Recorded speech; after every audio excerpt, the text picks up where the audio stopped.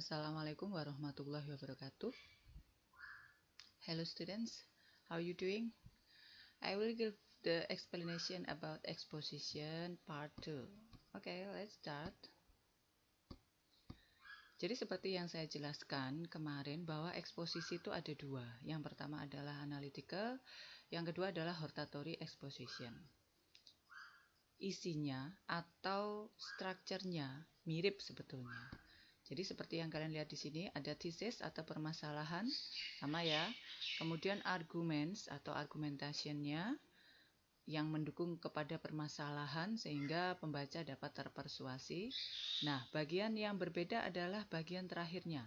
Kalau pada analytical exposition, kalian ingat bahwa bagian terakhirnya adalah conclusion atau reiteration. Untuk hortatory exposition, bagian terakhirnya adalah recommendation atau saran kepada pembaca. Thesis atau permasalahan di sini yang perlu untuk dituliskan adalah memperkenalkan tentang topik. Ya, jadi topik misalnya tentang diet atau diet gitu ya kalau dalam bahasa Indonesia ya.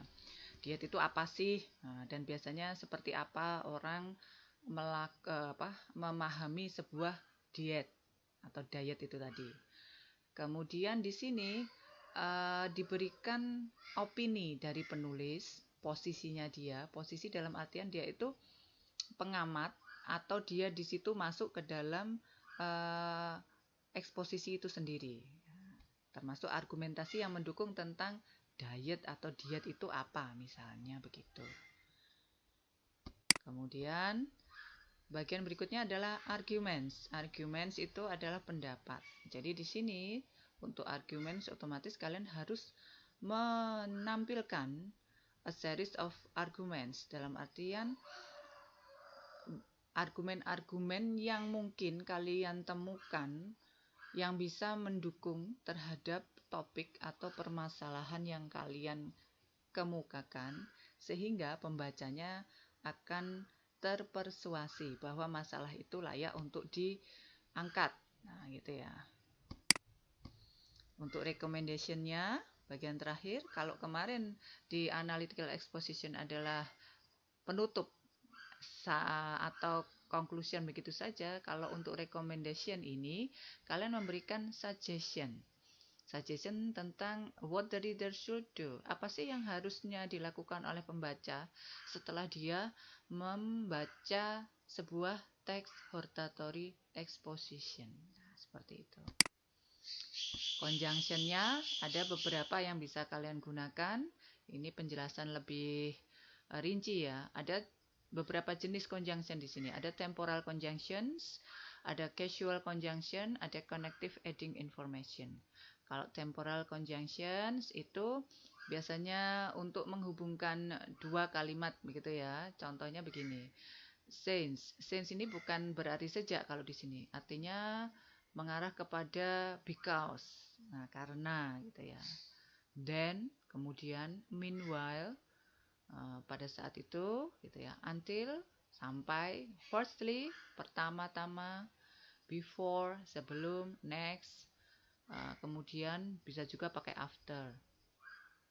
Untuk casual conjunctions-nya ada consequently, otherwise, ada thus, ada so that. Casual conjunction itu untuk memberikan conjunction untuk sebab akibat gitu ya. Thus jadi, so that, nah gitu.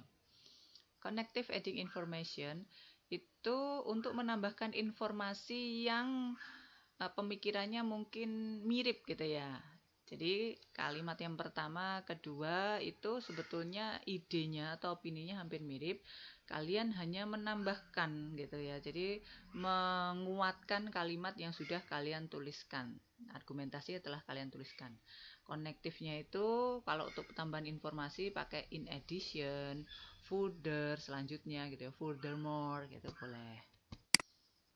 Connective that contrast. Nah, ini untuk argumentasi yang kontras gitu ya.